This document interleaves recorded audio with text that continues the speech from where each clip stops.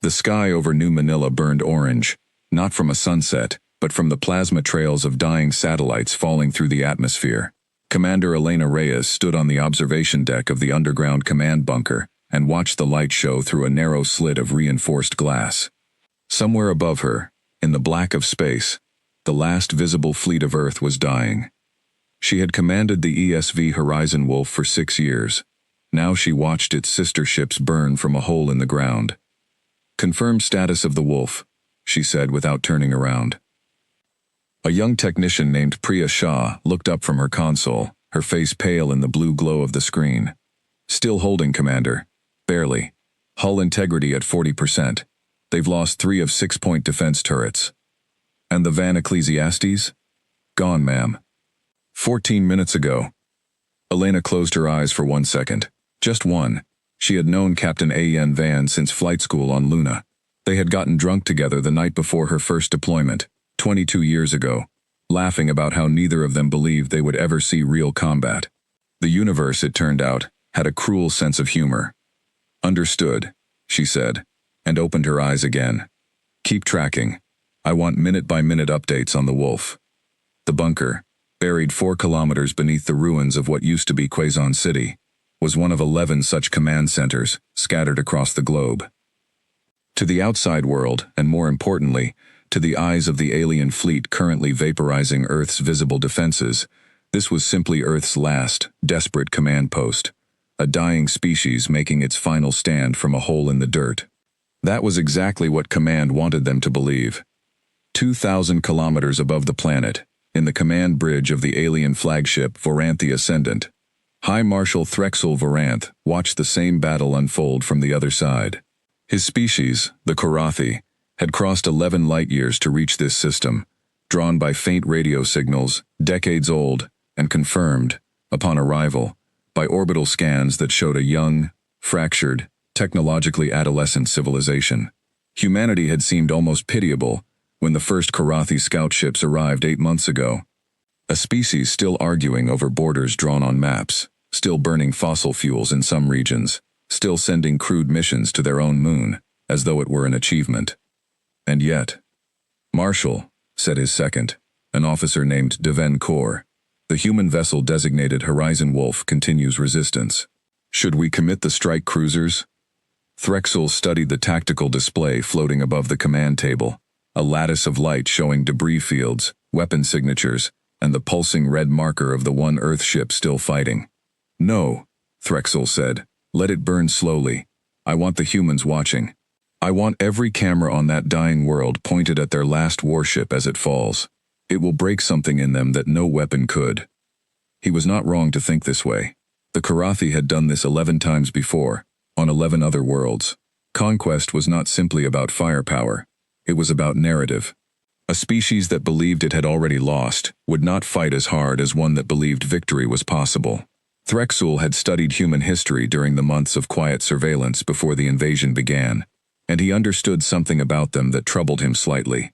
Humans told stories about last stands. Thermopylae, the Alamo, Masada, stories where the outnumbered few fought anyway, and lost anyway, but became legends anyway.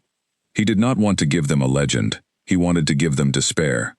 "Let the Wolf die on its own," he said. "No cruisers, just time." 4 kilometers below the surface, Elena Reyes watched the Wolf's transponder signal flicker on the display, a heartbeat slowing down. She had given the order for this exact strategy 11 months ago, in a meeting room that no longer existed, in a city that had since been partially glassed by orbital bombardment. She had argued for it.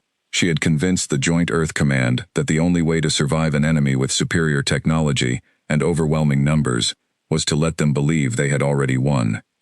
It had cost her nearly everything to convince them. "Ma'am," Priya said quietly, "the Wolf just lost main engineering. They're venting atmosphere."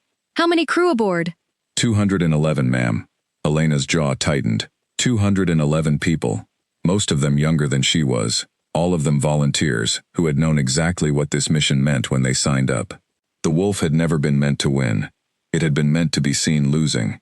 It was the bait, the symbol, the last flickering candle, that the enemy needed to watch burn out, so they would stop looking for anything else. Patch me through to Captain Osei, Elena said. A moment later, static, and a voice, ragged with smoke inhalation, came through the speakers. Command, this is Osei. Go ahead. Kwame, Elena said, letting herself use his first name, something she almost never did on an open channel. How are you holding? We're holding, Commander, losing altitude on the good news, but holding. A pause, filled with the groan of stressed metal somewhere on his end. Tell me it's working. Elena looked at the tactical display. 11 other command bunkers around the world were showing her the same thing she was seeing here. Karathi surveillance drones, scattered across near-Earth orbit and the lunar far side, and the asteroid monitoring stations, all of them fixed on the dying Horizon Wolf. Not one of them, according to the intelligence reports scrolling on a second screen, had altered course toward Earth's southern polar region in the last 6 hours. Not one had adjusted their scan patterns toward the deep excavation sites beneath the Atacama Desert, or the flooded shipyards hidden inside the drowned caldera off the coast of Iceland, or the 300 kilometers of tunnel network beneath the Ural Mountains that Russian and Kazakh engineers had spent 4 years carving out before the invasion even began. It's working, Kwame, Elena said. They're not looking anywhere else. They think you're all we have left. Good, Osei said, and there was something almost like relief in his voice, exhausted and burned as it was. Good. Then it was worth it. The channel went dead 11 seconds later. Not from an order, not from a retreat. The Horizon Wolf's reactor breached, and for 3 full seconds, it burned brighter than anything else in low Earth orbit, and then it was gone, along with 211 people who had known this was the plan from the beginning, and had chosen it anyway. On the Varanthi Ascendant, High Marshal Threxul watched the flare of light on his display, and allowed himself something that, in a Karathi, passed for satisfaction. It was not joy. His species did not experience conquest the way certain more emotional species might, with celebration and triumph. It was simpler than that.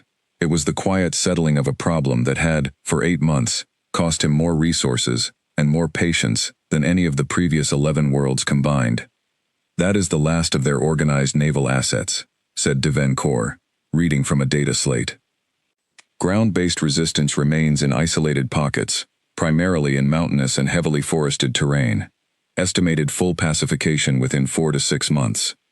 And the underground facilities? Threxul asked. Minimal activity detected. Consistent with civilian shelters and food production. Nothing that would suggest military value. Threxul nodded slowly. He had ordered deep penetrating scans of the planet's crust, 3 months into the campaign, curious about reports of unusual seismic activity in several regions.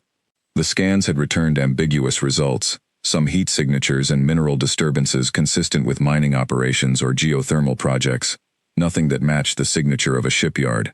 He had filed it away as a low priority. Humans, after all, had shown no capability of building anything beyond the handful of warships that had engaged his fleet in the opening weeks of the invasion. Their shipyards, the ones his intelligence officers had mapped from orbit before the war began, were now smoking craters.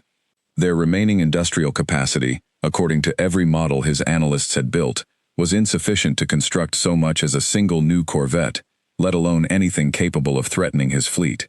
He did not know, could not have known, that those models were built on a fundamental and catastrophic error. They assumed that what Earth had shown the Karathi scout ships 8 months before the invasion, the visible shipyards in orbit around Earth and Mars, the naval bases on Luna, the publicly tracked warship registry that every human government dutifully reported to the United Nations Space Command, represented the totality of human shipbuilding capacity. It did not. It represented perhaps 1/10 of it. Deep beneath the Atacama Desert, in a facility that had been under construction since before the first Karathi scout ship ever entered the system, 300 meters below ground in caverns carved out by machines that had once been used to bore transcontinental tunnels, engineer Dr. Amara Okafor walked along a gantry overlooking a hull the length of 4 football fields. Sparks rained down from welding drones 200 meters above her head, and the air smelled of ozone and hot metal. Around her, in an enormous cavern lit by banks of arc lights, 7 more hulls in various stages of construction stretched into the darkness, their shapes swallowed by shadow at the edges of the light. This was Shipyard 14. It was not the largest of the hidden yards. That distinction belonged to the facility beneath the Ural Mountains, which had been under construction for nearly 6 years, and currently housed the framework for what would become the flagship of the entire secret fleet. But 14 was on schedule, and on schedule was what mattered now. Dr. Okafor. A voice from her earpiece, tired but steady. It was Marcus Webb, the yard's chief logistics officer. We've got a problem with the reactor housing on Hull 9. Cracking in the containment lattice. How bad? Bad enough we'll lose 4 days if we don't get replacement alloy from the Ural facility. Good enough that it won't kill the timeline if we do. Amara pressed 2 fingers against her temple, feeling the beginning of a headache that had become a near-permanent companion over the past year. 4 years ago, she had been a materials scientist at a university in Lagos, publishing papers on fusion containment that perhaps 400 people in the world had read. Now she was one of 91,000 people worldwide who knew the full scope of Project Anvil, the greatest secret in human history, and one of perhaps 200 who understood exactly how close the entire plan was to either saving the species or dooming it through sheer, grinding delay.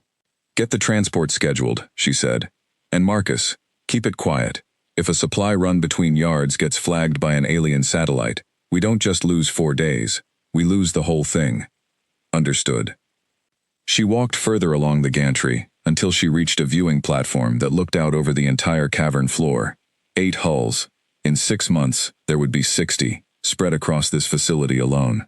Across all 17 hidden shipyards, the number the project had been named for, 1,040 vessels, ranging from single-pilot interceptors to city ship carriers larger than anything the Korathi fleet had ever fielded, were under construction at this very moment, hidden beneath deserts, ocean floors, mountain ranges, and in 3 cases, disguised as entirely mundane civilian infrastructure projects that any casual observer, alien or human, would dismiss without a second glance. It had taken the deaths of over 400,000 people, military and civilian, over the past 8 months to buy the time needed to keep this secret. It had taken the sacrifice of every visible warship Earth possessed, thrown into a fighting retreat calculated with brutal precision by strategists who had known from the very first Korathi transmission that Earth could not win a war of open confrontation. It had taken the willing consent of pilots like Kwame Osei and Elena Reyes's old friend Ayen Van, who had known, when they signed their deployment orders, that they were not being sent to win battles. They were being sent to die convincingly. Amara looked at her reflection in the dark glass of the viewing platform, a tired woman in her 40s with gray beginning to show at her temples, and thought about the number 1,040. It was not a guess. It was not a hope. It was a plan, drawn up in the desperate weeks after the first Korathi transmission was intercepted and decoded, when human intelligence services realized with cold horror exactly what kind of force was approaching their solar system, and human governments, for the first time in the history of the species, agreed on something completely and without reservation. They would not fight the war the aliens expected. They would build the war the aliens could never imagine. Above her, 6,000 kilometers up in a stable orbit that no Korathi sensor had ever mapped, because it required a gravitational calculation that assumed knowledge of a hidden lunar mass driver that did not officially exist. The coordination station codenamed Second Sunrise hummed quietly with encrypted traffic. Admiral Chen Wei-ling, the overall commander of Project Anvil, sat in a chair that had not been designed for comfort, reading the latest production reports from all 17 yards, and felt the particular, specific weight of knowing that everything, every life lost in the visible war, every year of secrecy, every gram of resources diverted from a starving, terrified, grieving civilian population, rested on a timeline that could not be rushed without being discovered, and could not be delayed without losing the war anyway. She looked at the number at the bottom of the report. 612 ships completed, 428 under active construction, the remaining hulls not yet begun, waiting on materials still being extracted from asteroid mining operations that themselves were disguised as scientific survey missions. 6 months, the projection said. 6 months until the fleet was ready. The question that kept Chen awake at night, the question that no algorithm and no strategist could answer with certainty, was simple and terrible. Would Earth's visible resistance, the scattered militias, the burning cities, the desperate civilians hiding in the wreckage of their old lives, survive those 6 months? She did not know. If Project Anvil launched too early, Incomplete, the fleet would be crushed, and humanity would have spent everything it had left on a single, final, futile gesture. If it launched too late, there might be nothing left on the surface worth saving.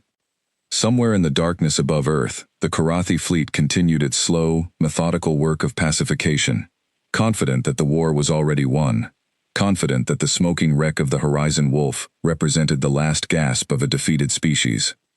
They had no idea that Earth had only just begun to build.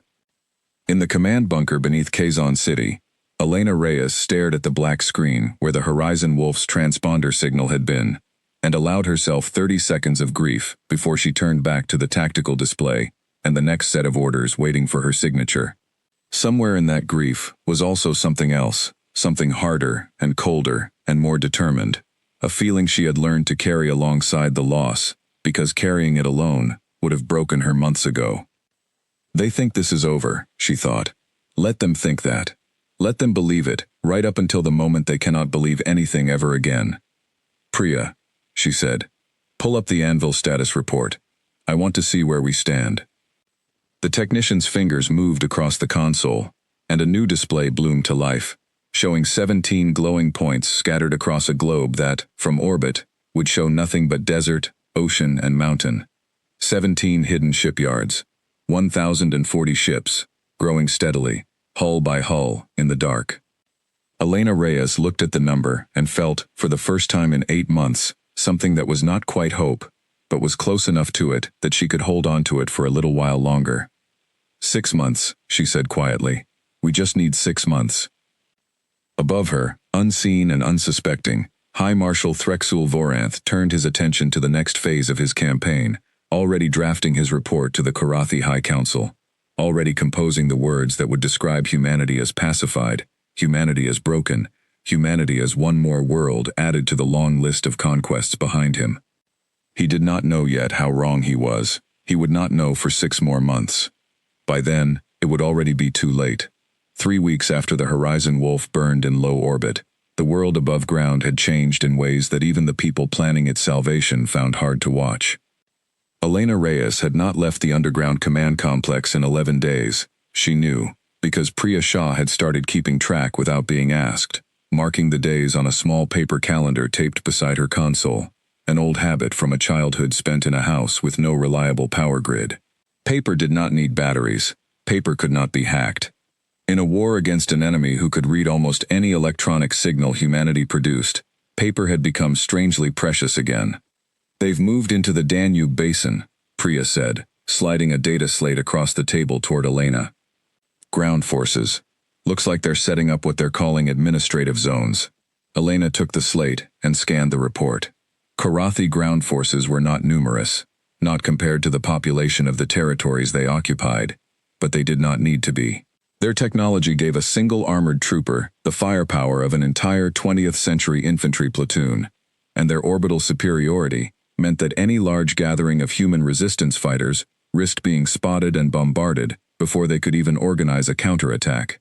The occupation, where it existed, was thin and brutal and efficient. Casualties? Elena asked. Reports are inconsistent, ma'am. Local resistance says a few hundred. Karathi broadcasts claim they've been welcomed as, and I'm quoting the translation here, a corrective and stabilizing presence. Elena set the slate down without comment. She had stopped reacting to Karathi propaganda broadcasts months ago, not because they no longer angered her, but because the anger no longer helped her do her job. What helped her do her job was the number that appeared at the top of every daily briefing from Admiral Chen's office. The running total of ships completed across all 17 hidden shipyards.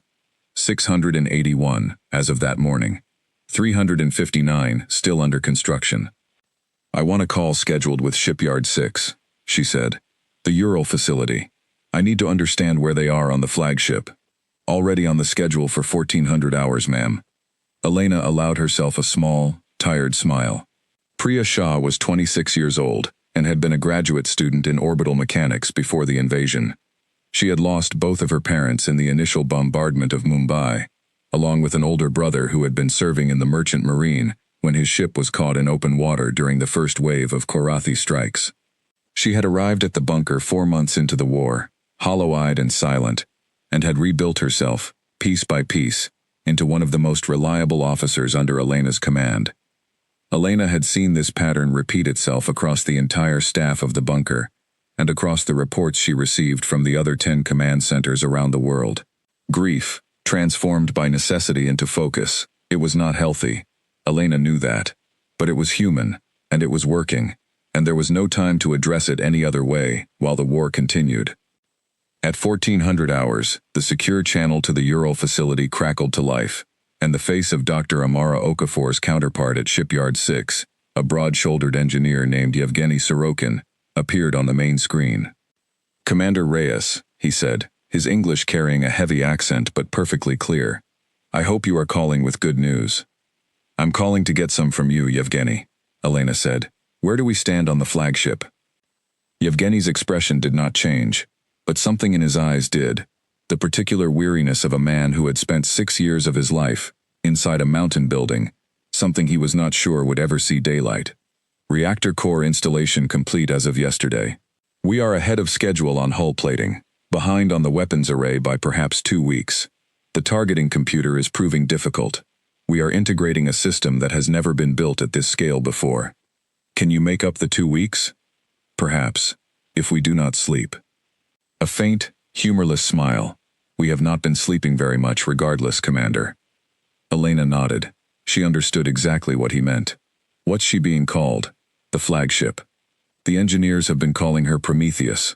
Unofficially, I understand there was a vote. Prometheus, Elena repeated. The name felt right, in the way that certain names simply did. A figure who stole fire from the gods and gave it to humanity, and suffered for it, but gave humanity the power to shape its own future. I like it. I'll pass that along to Admiral Chen. After the call ended, Elena sat alone in the small side office that served as her quarters. Little more than a cot, a desk, and a single shelf, holding a handful of personal items she had managed to bring with her when the bunker was sealed 8 months ago. A photograph of her parents, both gone now, victims of the bombing of Manila in the war's second week. A small carved wooden bird her grandmother had given her as a child. A data chip containing recordings of every crew member of the Horizon Wolf made in the weeks before the ship's final mission. Messages meant for their families, which Elena had promised Captain Osei she would deliver personally once the war ended. If the war ended in a way that left anyone to deliver them to. She pulled up the master timeline for Project Anvil on her personal terminal. A document so heavily encrypted that even reading it required a physical key that never left her body. The timeline had been revised 4 times since the project's inception, each revision shifting the projected launch date, sometimes earlier as production efficiencies were discovered, sometimes later as unexpected obstacles emerged. The current projection, agreed upon by Admiral Chen and the full Council of Shipyard Directors just 2 weeks ago, placed the launch of Project Anvil's combined fleet at 162 days from today. Elena had done this calculation more times than she wanted to admit. 162 days was roughly 5.5 months. In the 8 months since the war began, Earth's visible resistance forces, the militias, the scattered remnants of national armies, the underground networks moving supplies and information between occupied zones, had lost, by the most conservative estimates Chen's intelligence staff could produce, just under 2 million people. Extrapolated forward, 5.5 more months of the same rate of loss meant something in the range of 1.5 million more deaths, on top of the civilians who continued to die from the collapse of infrastructure, medical systems, and food distribution networks in occupied territories. It was a number that Elena had learned to hold at arm's length, because looking at it directly, letting herself feel the full weight of what it meant, would have made it impossible to keep doing her job. She thought about the argument that had taken place in the final planning session before the war began, the argument that had nearly torn apart the fragile coalition of governments and military leaders who had first learned of the approaching Karathi fleet. There had been 2 camps. One had argued for immediate, full disclosure, tell the Karathi nothing about Project Anvil's existence, but throw everything Earth had, visible and hidden, into the opening battle, hoping that overwhelming force and the element of surprise would end the war in weeks rather than months, saving countless lives that would otherwise be lost during a long, grinding occupation. The other camp, the one that had ultimately won the argument, had pointed out the fatal flaw in that plan. Project Anvil, at the time the war began, was barely a third complete. A premature launch would have meant throwing an unfinished fleet, undertrained crews, and untested systems against a Karathi armada that had already conquered 11 other worlds. It would have been, in the words of Admiral Chen during that final meeting, spectacular, and it would have been the last spectacular thing humanity ever did. The decision had been made to wait, to let the visible war grind on, terrible and costly, buying time with human lives in the most literal sense, so that Project Anvil could be completed properly. It was, Elena thought, one of the coldest and most difficult decisions in human history, made by people who had to live every day afterward, knowing exactly what it cost, and knowing they would make the same choice again if given the chance, because the alternative was total, permanent defeat. A soft knock interrupted her thoughts. Priya Shah stood in the doorway, holding a fresh data slate. "Sorry to bother you, Commander. There's something you need to see." Elena sat up. "What is it?" "Long-range scans from our deep space monitoring network. There's a second Karathi fleet inbound. Smaller than the invasion fleet, but it's definitely military. ETA to the system is approximately 4 months. Elena felt something cold settle in her stomach. Reinforcements? That's Admiral Chen's assessment, yes. Best guess is they're bringing in an occupation garrison force. Standard Karathi doctrine, based on the intelligence we gathered before the war. Once a world is pacified, the initial invasion fleet moves on to the next target, and a smaller garrison fleet stays behind to maintain control. Which means Threxel Voranth's fleet might not stay here indefinitely. That's the hope, ma'am. If the invasion fleet departs before the garrison force arrives, Project Anvil would only have to face the smaller force. Better odds. And if they overlap? Priya was quiet for a moment. Then we face both fleets at once, which changes our timeline calculations significantly. Elena stood and walked to the wall screen, pulling up the star chart showing the projected position of the incoming Karathi garrison fleet. 4 months. If the invasion fleet, satisfied with its conquest, departed for its next target before those 4 months passed, Project Anvil would launch against a diminished, garrison-sized force, still formidable, but a fraction of what currently occupied Earth's skies. If it did not depart, if High Marshal Threxel Voranth decided to remain and personally oversee the arrival of reinforcements, Earth's hidden fleet would be launching directly into the teeth of 2 combined alien armadas. "Get me Admiral Chen," Elena said. "We need to talk about accelerating the timeline."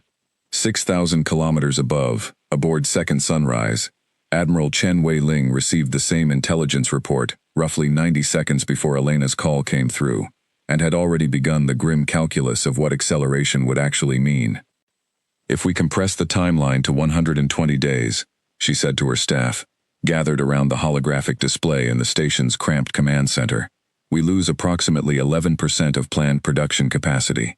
Some yards simply will not have their full quota of ships ready. We would be launching perhaps 850 vessels instead of the full 1,040. 850 is still more ships than the Karathi have ever seen humanity produce," said General Okonkwo Adeyemi, the project's chief military strategist, a broad-shouldered man who had spent 30 years in the Nigerian Air Force before the invasion. "And if it means we face only the invasion fleet, instead of the invasion fleet plus a garrison force, the math still favors acceleration." "And if Threxel Voranth doesn't leave," Chen asked, "if he waits for his reinforcements regardless of our timeline?" "Then we face 2 fleets no matter what we do," Okonkwo said. "In which case, more ships is always better than fewer ships, and we should not compress the timeline at all." Chen rubbed her eyes. This was the problem with fighting an enemy whose exact intentions could not be known. Every decision was a bet made with incomplete information, and every bet carried a cost measured in human lives, both the lives that would be spent fighting the visible war a little longer, and the lives that would be risked in an incomplete fleet launched a little too early. "I want a full options briefing in 6 hours," she said. "Every scenario, every probability, every cost. I need to make a recommendation to the Joint Command Council by tomorrow morning." When Elena's call finally connected, Chen listened to her counterpart's assessment, which mirrored almost exactly the concerns already being debated aboard Second Sunrise, and found herself, not for the first time, grateful that Elena Reyes had survived the war's opening months. Many of the officers who had helped plan Project Anvil in its earliest days had not. Elena had a way of seeing the human cost of every decision clearly, without letting it paralyze her, a balance that Chen had come to rely on. "What's your read on Threxel Voranth?" Chen asked. "You've studied his campaign patterns more closely than almost anyone on my staff." "He's methodical," Elena said. "Everything I've seen from the intelligence reports suggests he doesn't like leaving loose ends. If there's any indication of unfinished resistance when the garrison fleet arrives, I think he stays. If Earth looks fully pacified, he moves on to the next target and leaves the mop-up to the garrison commander. Which means our visible resistance forces need to look weaker, not stronger, over the next 4 months." Elena's jaw tightened. She understood the implication immediately. "You're suggesting we scale back resistance operations. Let them believe they've already won more completely than they have." "I'm suggesting we consider it," Chen said carefully. "I'm not making that call alone, and I'm not making it without input from the people actually fighting on the ground. But if presenting a picture of total defeat encourages Threxel Voranth to leave a smaller garrison force behind and move his main fleet onto the next system, that could be the difference between facing 850 ships against one fleet, or the same 850 ships against two." Elena was silent for a long moment. She thought about the resistance networks she had helped build in the war's early days, the men and women risking everything in occupied territories to sabotage supply lines, rescue prisoners, and keep hope alive among terrified civilian populations. Asking them to stand down, even partially, even temporarily, would feel to many of them like a betrayal. "I'll bring it to the Resistance Council," she said finally. "But Chen, I want you to understand something. Every time we ask people to accept a harder, more painful strategy, for the sake of a plan they can't fully see, we're spending trust we don't know if we can ever pay back. There's a limit to how many more times we can ask that." "I know," Chen said quietly. "Believe me, Elena, I know." That night, in the underground bunker beneath what had once been Kazan City, Elena Reyes convened a call with resistance leaders from 6 continents, people whose faces showed the particular exhaustion of those who had spent 8 months fighting an unwinnable war, for reasons most of them did not fully understand, and explained, as much as security protocols allowed her to explain, why she was asking them to pull back. The reaction was not universally positive. A resistance commander from the Balkans, a woman named Jelena Markovich, who had lost her entire unit to a Karathi airstrike 3 months earlier, spoke with barely restrained fury. "You are asking us to let them win more completely," she said. "You are asking the people who have already given everything to give up even the small victories we have left." "I'm asking you to trust that there is a plan," Elena said, "and that this is part of it. I know that's not enough. I know it's not fair to ask you to bleed for a secret you can't see the shape of. But I promise you, Jelena, this is not surrender. This is patience, and it is buying time for something that is going to change everything." Jelena did not respond immediately. On the screen, her face was lit only by the dim glow of whatever makeshift command post she was broadcasting from, somewhere in the mountains of the occupied Balkans. "How much longer?" she finally asked. "How much longer do we have to trust you?" Elena thought about the number Chen had given her. 120 days, if the timeline compression was approved. Maybe less, if the situation changed further. 4 months, she said. Maybe less. I can't promise you it will be easy, and I can't promise you it will feel like anything other than surrender for a while. But I promise you this. 4 months from now, the sky is going to look very different than it does tonight. Somewhere above the earth, in the command bridge of the Voranthi Ascendant, High Marshal Threxel Voranth reviewed reports of declining resistance activity across multiple continents with quiet, cold satisfaction, entirely unaware that the silence spreading across the planet below him was not the sound of a species giving up. It was the sound of a species holding its breath. 2 months passed, and the world learned to be quiet in a new way. It was not the quiet of surrender, though from above, from the sensors of Karathi ships in orbit, it looked exactly like surrender. Resistance operations across the globe scaled back to almost nothing.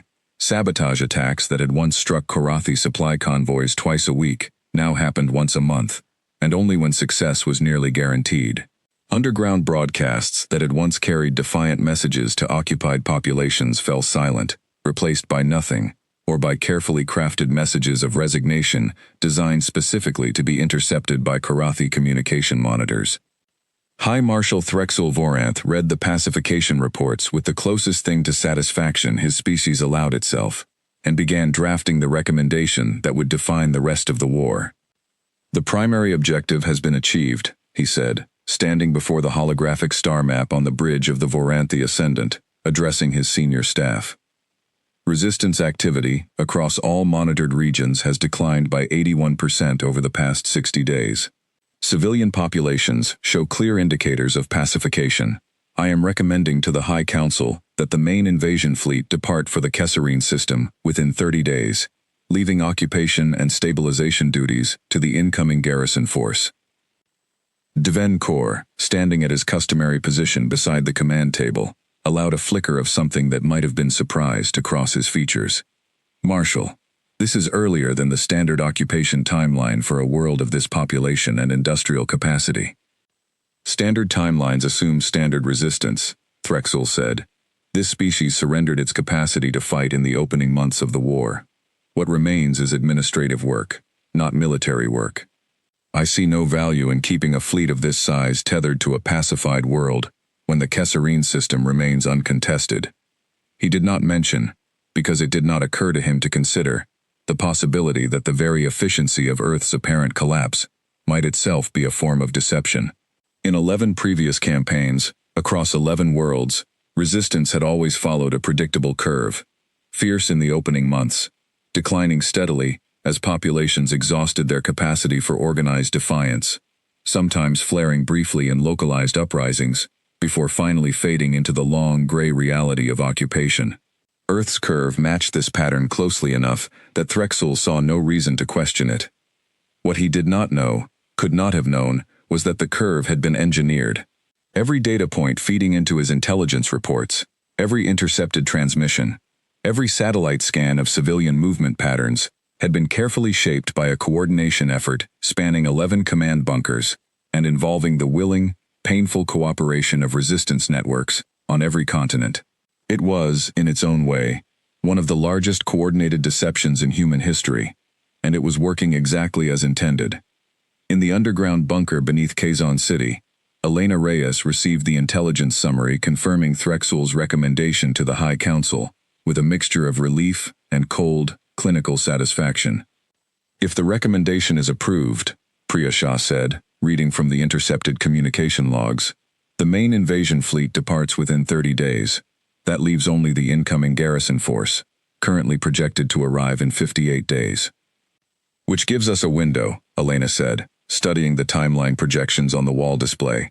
30 days, where the skies over Earth are nearly empty.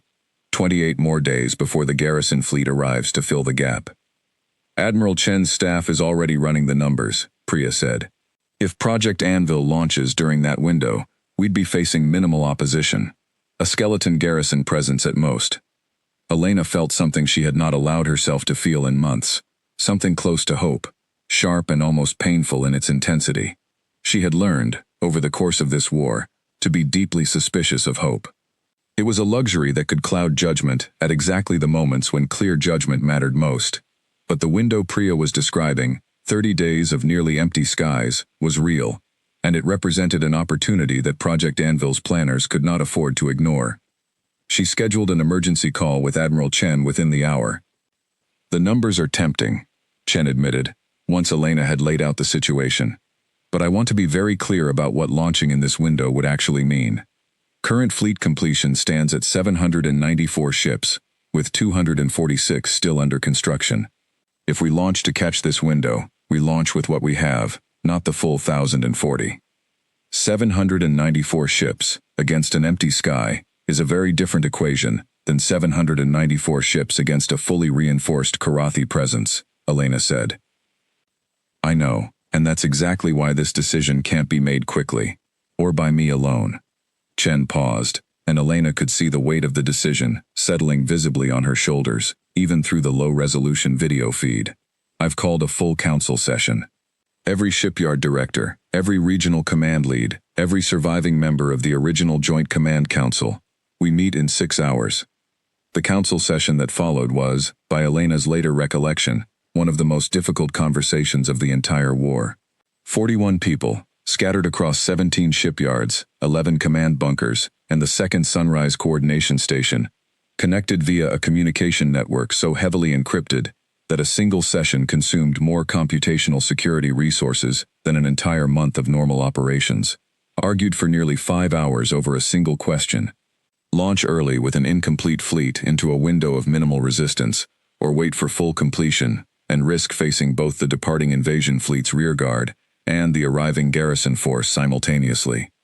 Dr. Amara Okafor, speaking from Shipyard 14, made the case for waiting. We are 2 months from full completion. 2 months. After everything we have sacrificed to get this far, I am not comfortable throwing away 20% of our combat strength to save 58 days. Yevgeny Sorokin, speaking from the Ural facility where the flagship Prometheus was still undergoing final systems integration, made the opposing case.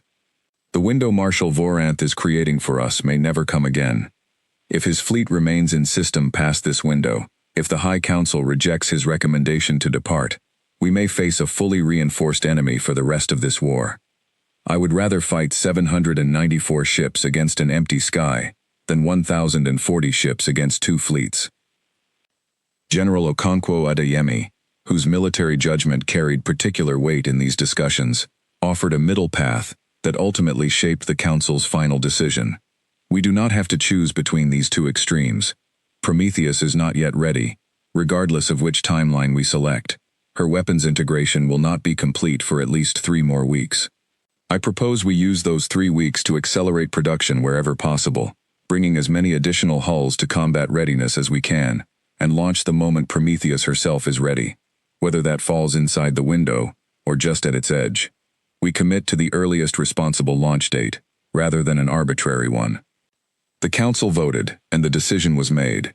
Project Anvil would launch the moment the flagship Prometheus completed her final systems integration, projected at 19 days from that session, regardless of whether every planned hull had joined the fleet. It was a compromise that satisfied no one completely, and that was, Elena reflected as the session finally ended, probably exactly what a decision of this magnitude should feel like. In the days that followed, the pace of activity across all 17 hidden shipyards accelerated to a level that strained even the considerable infrastructure Project Anvil had built over years of secret construction. Shift rotations doubled. Engineers who had already been working 16-hour days found themselves working 20. In the Ural facility, Yevgeny Sorokin's teams worked in continuous relay, sleeping in shifts in cots set up directly on the shipyard floor, so that work on Prometheus's weapons array never stopped.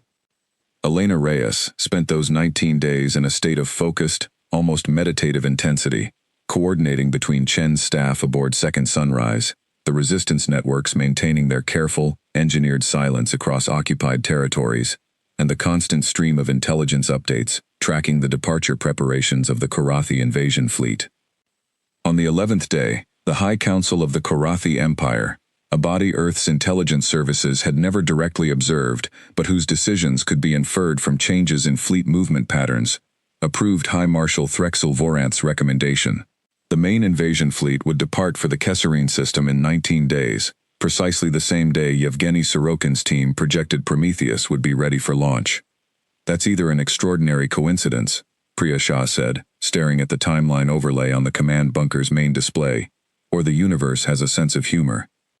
I don't believe in coincidences that convenient, Elena said. I believe in a universe that occasionally, rarely, gives you exactly the timing you need, and you'd be a fool not to take it. On the 17th day, with Prometheus's weapons integration entering its final testing phase, a complication arose that nearly unraveled the entire timeline. A routine Korathi patrol, sweeping the Atlantic seabed for what their sensor logs described as anomalous thermal signatures, passed within 11 kilometers of the underwater entrance to Shipyard 11, hidden inside the drowned caldera off the coast of Iceland. They're not leaving, reported the yard's security chief, a former Icelandic Coast Guard officer named Bjorn Haraldsson, his voice tight with controlled panic over the secure channel. They've held position for the last 40 minutes. I think they've detected something. Elena felt her stomach drop. If Shipyard 11 was discovered now, 17 days before launch, with 63 completed hulls and their crews still inside, the entire plan could unravel. A single Karathi strike could destroy years of secret construction in minutes, and worse, could alert High Marshal Threxel to the existence of Project Anvil before the fleet was ready to defend itself. "Admiral Chen," Elena said, patching into the emergency coordination channel, "we have a possible discovery event at Shipyard 11. Chen's response was immediate and calm, the voice of someone who had run this exact scenario in planning sessions dozens of times. "Bjorn, initiate thermal masking protocol immediately. All non-essential systems to minimum power. I want that caldera reading as close to natural background as physics allows." "Copy that, Admiral. Initiating now." The following 40 minutes were, in Elena's later recollection, some of the longest of the entire war. She sat in the command bunker, watching a live feed of the Karathi patrol vessel's position relative to Shipyard 11's entrance, while Bjorn Haraldson's team frantically powered down every system that might generate a detectable thermal or electromagnetic signature, plunging 63 nearly completed warships and their crews into cold, silent darkness, hoping desperately that whatever anomaly the Karathi sensors had detected would read, on a second and more careful scan, as nothing more than a natural geothermal formation. At the 41-minute mark, the Karathi patrol vessel altered course and resumed its standard sweep pattern, moving away from the caldera without further investigation. "They're leaving," Bjorn reported, and Elena could hear, even through the compressed audio of the secure channel, the sound of an entire shipyard's worth of people, releasing a breath they had been holding for the better part of an hour. "Understood," Elena said, allowing herself a long exhale of her own. "Good work, Bjorn. Bring your systems back online carefully. No sudden power spikes." That night, Elena did not sleep. She sat alone in her small office, looking at the photograph of her parents and the carved wooden bird from her grandmother, and thought about how close the entire plan had come to unraveling because of a single patrol vessel's routine sensor sweep. 17 days remained until launch. 17 days, during which any one of 17 hidden shipyards could suffer a similar close call, and might not be so fortunate the next time. She thought about Jelena Markovich, the resistance commander from the Balkans, who had asked her, 2 months ago, how much longer they would have to trust in a plan they could not see. She thought about the 211 crew members of the Horizon Wolf, and Captain Kwame Osei's voice on that final transmission, telling her it was worth it. 17 more days, she thought. We just need 17 more days. Above the planet, unaware of how close his forces had come to discovering the greatest secret of the war, High Marshal Threxel Voranth finalized his departure orders, confident in a victory he believed was already complete, already turning his attention toward the Kesserine system and the next world that would soon learn what it meant to face the Karathi Empire. He had no idea that in 17 days, the sky above Earth was going to teach him something no other world in his campaign history had ever managed to teach him: humility. On the 19th day, the flagship Prometheus completed her final systems check at 03:47 hours Coordinated Earth time, deep inside the mountain that had hidden her construction for 6 years. Yevgeny Sorokin stood on the command deck, surrounded by engineers who had not slept properly in weeks, and watched the final diagnostic sequence complete without error. The ship that towered around him, larger than any vessel humanity had ever built, larger than most Karathi warships that had participated in the invasion, hummed with a low, steady vibration that felt, to Yevgeny, almost like a heartbeat. "All systems nominal," said the lead systems engineer, a woman named Fatima Rahman, who had joined the project as a junior programmer 4 years earlier, and had risen, through sheer competence and unbreakable dedication, to oversee Prometheus's entire computing architecture. Reactor stable. Weapons array fully integrated and calibrated. Targeting computer operating within 0.2% of theoretical maximum efficiency. Yevgeny allowed himself a long moment of silence, looking up at the vast, curving expanse of the command deck ceiling, before keying open the secure channel to Second Sunrise. "Admiral Chen, this is Shipyard 6. Prometheus is ready." 6,000 kilometers above the Earth, Admiral Chen Wei-ling received the message and felt the weight of 6 years of planning, sacrifice, and secrecy settle into a single moment of decision. She looked around the command center of Second Sunrise, at the faces of the officers and engineers who had helped build this plan from nothing, and then she looked at the master timeline, glowing on the central display, showing the projected position of High Marshal Threxel Voranth's fleet, currently in the final stages of departure preparation, still fully present in Earth orbit, still 14 hours from beginning its transit to the Kesserine system. "This is it," she said quietly. 14 hours. If we wait even one more day, we risk them beginning their departure and scattering their formation across multiple transit vectors, which would force us to fight a dispersed engagement instead of a concentrated one. She turned to General Okonkwo Adeyemi, standing beside her. "General, what's your assessment?" "Strike now," Okonkwo said without hesitation. "Every hour we wait is an hour where something could go wrong. We have the window. We should take it." Chen nodded slowly, and then reached for the communication panel that would connect her to every shipyard, every command bunker, and every resistance network across the planet, a channel that had never once been activated in the entire history of Project Anvil, reserved for exactly one purpose. "All stations, this is Second Sunrise Actual," she said, her voice carrying a calm that she did not entirely feel. "Authenticate launch code Prometheus 1. Project Anvil is go. All shipyards, prepare for immediate fleet mobilization. Rally Point Charlie, in 6 hours." Across the planet, in 17 hidden shipyards buried beneath deserts, oceans, and mountains, the response was immediate and, after years of preparation, almost eerily coordinated. Massive doors, disguised as natural rock formations or ordinary industrial infrastructure, began to open. In the Atacama Desert, Dr. Amara Okafor watched from Shipyard 14's command gallery as 61 completed warships, hulls she had personally overseen the construction of, began their slow ascent through kilometers of tunnel toward the surface, guided by launch systems that had been tested 1,000 times in simulation and were now, for the first time, being used for their actual purpose. "All hulls report ready for surface transit," came the voice of Marcus Webb over the comm. "Reactor cores at full power, crews at battle stations." "Take us up," Amara said, and felt her hands trembling slightly as she gave the order that would end 6 years of secrecy in the space of a single sentence.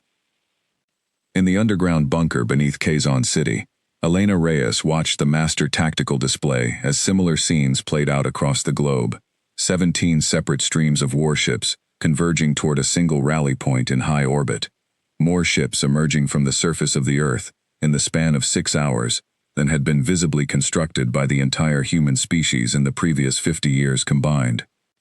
"They're detecting us," Priya Shah said, her voice tight with a mixture of fear and something that might have been fierce, unrestrained joy. "Karathi sensor networks are lighting up across every monitored frequency. They don't know what they're seeing." On the bridge of the Voranthi Ascendant, High Marshal Threxel Voranth received the first fragmented sensor reports with a confusion that, for a being of his composed temperament, was almost disorienting. "Marshal," Devenkor said, his voice carrying an edge that Threxel had never heard from his second-in-command before.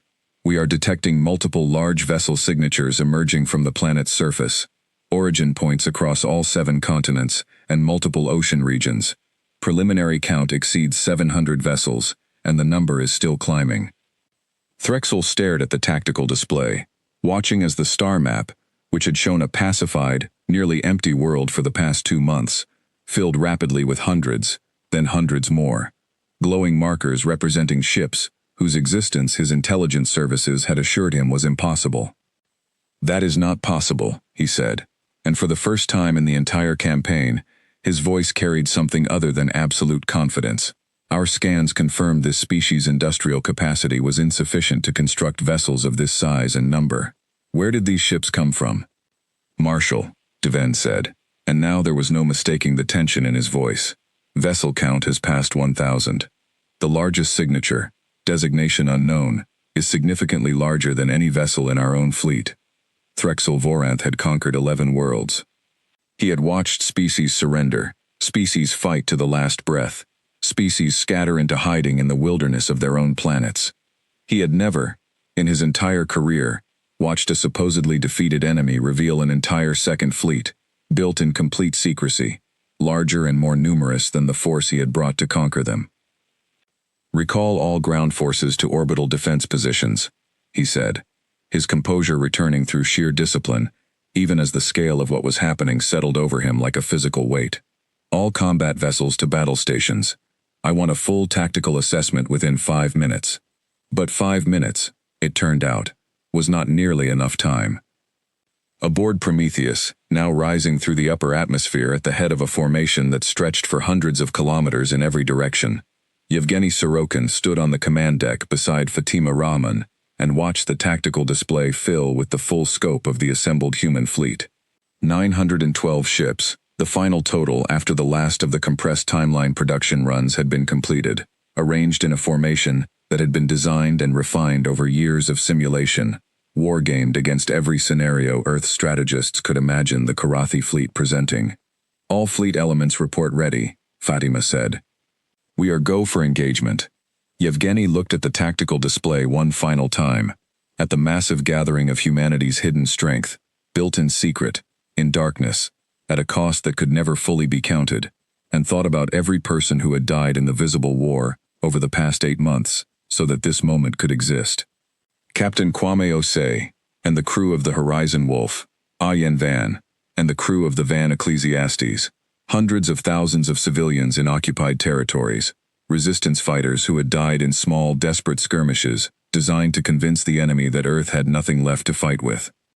For everyone who isn't here to see this, he said quietly, and then, louder, to the crew around him, take us to engagement position, signal the fleet, it's time. The battle that followed would later be studied by military historians, human, and eventually Karathi alike, as one of the most decisive engagements in the history of interstellar warfare. But in the moment, for the people fighting it, it was simply chaos, terror, and desperate, focused determination, played out across the volume of space surrounding Earth in the span of just under 6 hours. High Marshal Threxel Voranth's fleet, despite the shock of the human fleet's sudden appearance, was not weak, and it did not break easily. The Karathi had 11 previous conquests worth of combat experience, superior individual ship technology in several key systems, and a command structure that, whatever its flaws, responded to crisis with disciplined, coordinated efficiency. In the opening exchanges, Karathi point defense systems and superior energy weapons inflicted heavy losses on the human fleet's smaller interceptor classes, ships that had been rushed through the compressed production timeline and lacked some of the refinements that later hull classes would have carried. But the human fleet had numbers the Karathi had never faced before, and it had Prometheus. The flagship's weapons array, the system that had cost Yevgeny Sorokin's team 2 extra weeks of integration work, proved capable of something no Karathi vessel in the invasion fleet had been designed to withstand: a concentrated particle beam weapon, developed from research that had been quietly ongoing at human physics institutions for over a decade before the invasion, repurposed and weaponized in the desperate years of Project Anvil's construction.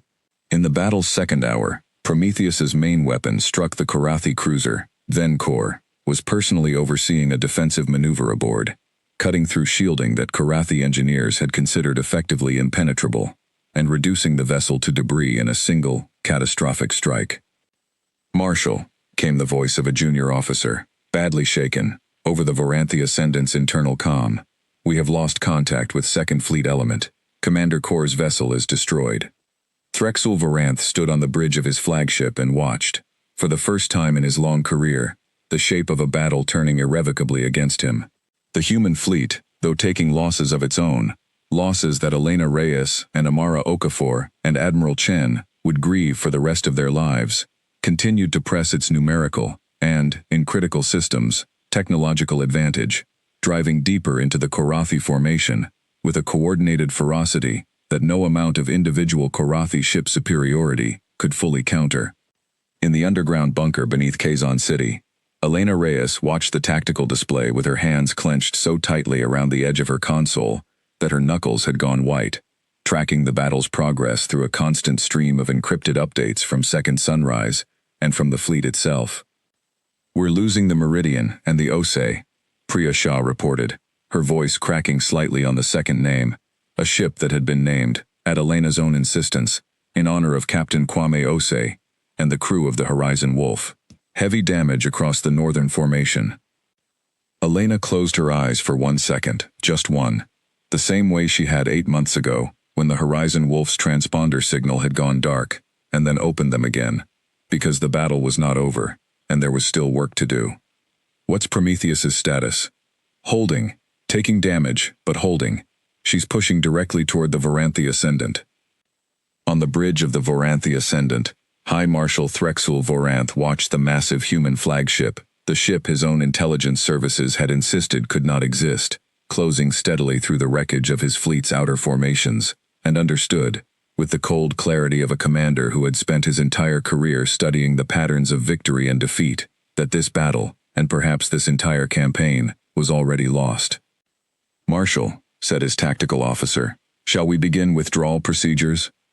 Threxel Voranth looked at the tactical display one final time, at the 11 worlds he had conquered in his career, at the campaign that had, until 6 hours ago, seemed destined to be his 12th and most decisive victory, and felt something that his species rarely allowed itself to acknowledge openly. He had underestimated them. Every model, every calculation, every assumption built on 11 previous conquests had failed to account for a species capable of hiding an entire second fleet in complete secrecy, willing to sacrifice its visible forces for 8 months to buy the time necessary to build it. "Begin withdrawal," he said quietly. "All surviving vessels fall back to the outer system rally point. We are leaving this world." It was the first time in the recorded history of the Karathi Empire that a marshal had ordered a full retreat from a world already believed conquered. The Karathi retreat, when it finally came, was not clean, and it was not fast enough to save every ship in High Marshal Threxel Voranth's fleet. Of the 218 vessels that had arrived in Earth's system 8 months earlier to begin the invasion, only 131 survived to reach the outer system rally point and begin the long transit away from the planet they had failed to conquer. The remaining 87, including the cruiser that had carried Deven Corps and nearly half of Threxel's senior command staff, were destroyed or left drifting, disabled, in the debris field that now surrounded Earth, a field that would take human recovery crews years to fully clear. Aboard Prometheus, in the hours after the last Karathi vessel crossed the edge of detectable sensor range and began its long journey back toward Karathi space, Yevgeny Sorokin stood on the command deck and looked at the tactical display showing the final tally of the battle. 912 human ships had entered the engagement, 644 remained combat capable, 268 had been destroyed or disabled beyond repair, along with the crews aboard them, a number that would take days to fully confirm, and years for the families of the fallen to fully grieve. "Admiral Chen is requesting a full status report," Fatima Rahman said quietly, her voice hollow with the particular exhaustion that comes after hours of sustained, desperate combat. "Send her the numbers," Yevgeny said. "All of them. She needs to know exactly what this cost." In the underground bunker beneath Kazan City, Elena Reyes received the final battle report and sat, for a long moment, in complete silence, looking at the names beginning to scroll across a secondary display, the confirmed casualties from the fleet engagement, a list that would grow longer over the coming days as damaged ships were fully assessed and missing crew members were accounted for. "Ma'am," Priya Shah said softly, "the Karathi fleet has crossed the outer system boundary. They're gone." Elena looked up from the casualty list. "Confirmed departure?" "Confirmed. Long-range tracking shows them accelerating toward what our analysts believe is a transit point, consistent with a return course to Karathi space. Admiral Chen's office is calling it a full withdrawal." Elena stood slowly, feeling the weight of 8 months of grief, fear, and grinding desperate work settle over her all at once, now that the immediate crisis had finally passed. She thought about Captain Kwame Osei and A.N. Van, and the 268 crew members who had died in the final battle, and Jelena Markovich, the resistance commander from the Balkans who had asked her how much longer they would have to trust in a plan they could not see. "Get me a channel to every resistance network still active," Elena said. "I want them to hear this from us, directly, before it reaches them any other way." The message that went out across the planet in the hours that followed, broadcast on every frequency Earth's remaining communication infrastructure could reach, carried a single, simple statement, delivered by Admiral Chen Wei-Ling, from the command center of Second Sunrise, her voice carrying 8 months of exhaustion, and, for the first time since the invasion began, something that sounded unmistakably like hope. "People of Earth, the invasion fleet has withdrawn from our system. The battle that took place in our skies over these last hours was fought and won by a fleet that many of you did not know existed, built in secret, over years, by people who sacrificed everything to give this world a chance to survive. We owe our lives today to the crews of the Horizon Wolf, the Van Ecclesiastes, and every visible ship that fell in the opening months of this war, whose sacrifice bought us the time we needed. We owe our lives to every resistance fighter who fought, and to everyone who was asked to stand down when it felt like surrender, but was in fact patience, in service of a greater plan. The war is not over. A Korathi garrison fleet remains inbound, and we do not yet know how the wider Korathi Empire will respond to this defeat. But today, for the first time in 8 months, the skies above Earth belong to us again. In the weeks that followed, the full scope of Project Anvil's secret construction became public knowledge for the first time, and the reaction across a traumatized, grieving planet was complex and difficult, in ways that Elena Reyes, Admiral Chen, and every planner involved in the project had anticipated, and had dreaded regardless of the anticipation. There was gratitude, immense and overwhelming, from populations who understood, once the full story was told, exactly what had been sacrificed to make their survival possible. But there was also grief, sharp and unresolved, from families who had lost loved ones in the visible war, without ever knowing that their deaths had been, in the coldest and most calculated sense, a necessary part of a plan designed by people who had the information to know better. Jelena Markovich, the resistance commander who had questioned Elena so fiercely 2 months before the final battle, requested a private call once the full details of Project Anvil became public. Elena accepted, uncertain of what to expect. "I want you to know," Jelena said, her face showing the particular weariness of someone who had survived a war she had not expected to survive, "that I understand now why you could not tell us. I understand the logic of it, but I want you to also know that understanding does not erase what it cost, for those of us who did not know, to keep asking our people to trust in silence." "I know," Elena said. "I'm not going to pretend that gratitude erases that cost, Jelena. It doesn't. I carry it too." "Good," Jelena said, not unkindly. "You should. All of you who made these decisions should carry it, for the rest of your lives. That is the price of having been right."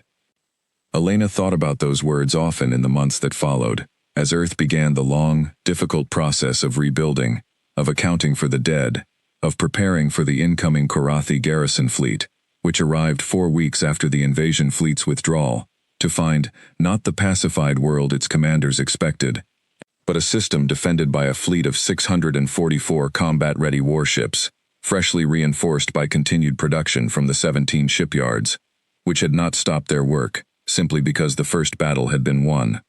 The garrison fleet, upon detecting the true state of Earth's defenses, did not attempt an engagement.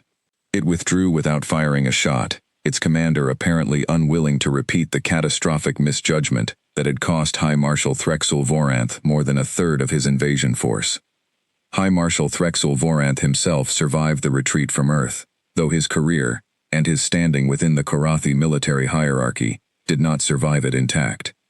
Word reached Human Intelligence Services, months later, through channels that Admiral Chen's staff had spent considerable effort establishing, that Threxel had been formally censured by the Korathi High Council for the loss of the invasion fleet's rearguard elements, and that Earth, once dismissed as a minor, easily conquered world, had become a subject of significant caution within Korathi military planning circles. No further invasion attempt materialized in the years that followed, though Earth's leadership, having learned hard lessons about the cost of underestimating a threat, ensured that Project Anvil's shipyards never stopped their work, and that the fleet that had saved humanity in its darkest hour continued to grow, year after year, a quiet, permanent reminder of what the species was capable of when it needed to be. Dr. Amara Okafor eventually returned, years later, to the university in Lagos, where she had once published papers that only a few hundred people read, though she never fully left the world of shipbuilding behind, spending the rest of her career training a new generation of engineers in the techniques that Project Anvil's desperate years had developed. Yevgeny Sorokin remained with the fleet, eventually taking command of Prometheus herself, a ship that became, in the years after the war, a symbol of the entire project's improbable success, touring human space as a monument to what had been built in 6 years of secrecy beneath a mountain. Elena Reyes never fully left the underground bunker beneath what had once been Quezon City, though the city above her, over the years that followed, slowly rebuilt itself from the ruins of the invasion's opening months.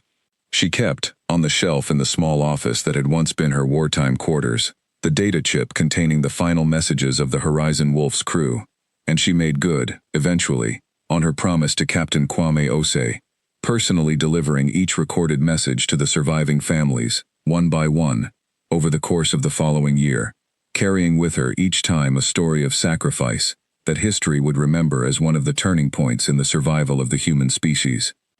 She thought, often, about the conversation with Jelena Markovich, and about the price of having been right. It was not a price that ever fully stopped hurting, but she understood, in the years that followed, that this was perhaps the truest measure of what humanity had accomplished. Not that the war had been won without cost, because no war ever was, but that the cost had been paid deliberately, with clear eyes and full understanding of what was being asked, by people who believed, against every reasonable expectation, that a species capable of building 1,000 ships in secret, while its visible defenses burned, was a species capable of anything at all. The Korathi Empire, in the decades that followed, would eventually study the defense of Earth as a cautionary lesson in the dangers of underestimating a technologically adolescent species, a lesson that would shape their military doctrine for generations. But for the people who had lived through it, who had built the ships in darkness, and fought the battles in daylight, and grieved the losses that could never be undone, it was never simply a lesson in military strategy. It was the story of a species that had been told it had one last ship, and had answered, quietly, patiently, in the dark beneath its own broken surface, by building 1,000 more.